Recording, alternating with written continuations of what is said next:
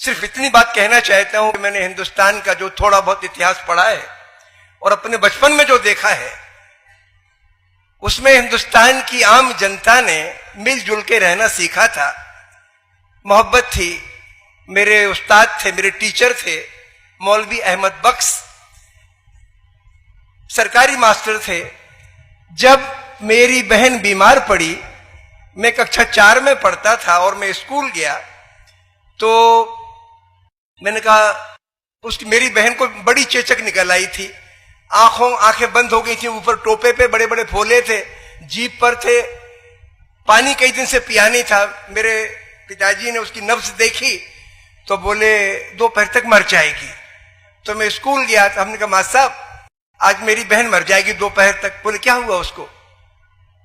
हमने कहा उसको बड़ी चेचक निकली, कई दिन से खाया पिया नहीं है, उसने आंखें भी नहीं खोली है। मौलवी साहब ने, अकेले मास्टर थे स्कूल में, 70 बच्चे थे, 5 कक्षाएं थी।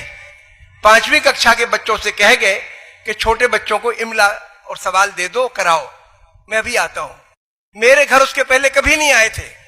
उस दिन एक लोटे में पानी लिया, रास्ते में नीम का एक पेड़ था, उसके कुछ पत्ते तोड़े, घर आए।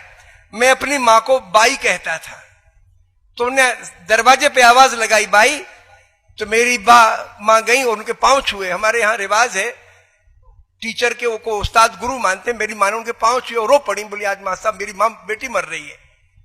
बोली कहाँ है बेटी? उन्होंने कहा वो पड़ी है।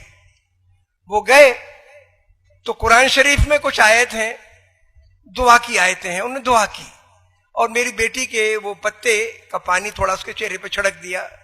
उसने थोड़ी सी आंखें हल्की सी मिलकाई और वो चले आए। दोपहर की नमाज पढ़ी, फिर आए और फिर उन्होंने दुआ मांगी और फिर थोड़ा सा पानी छिड़का, तो मेरी बहन के ने थोड़ा सा मुंह खोल दिया। तो मेरी माँ से बोले कि भाई इसके मुंह में थोड़ा पानी डाल दो। आते रहे 2-3 दिन, वो मेरी बहन ठीक हो गई, आज जिंदा है। ये हमारे हिंदुस्तान की तहजीब है। भूल जाओ राजाओं ने क्या किया, गुंडों ने क्या किया, लुटेरों ने क्या किया। हिंदुस्तान का आवाम तो ये है। 70-80% हिंदुस्तान के मेहनत करने वाले मजदूर, कारीगर और किसान, मैं इनके बारे में कहता हूं, ये देश का नहीं खाते, चाहे किसी मजहब के हों, देश को खिलाते हैं।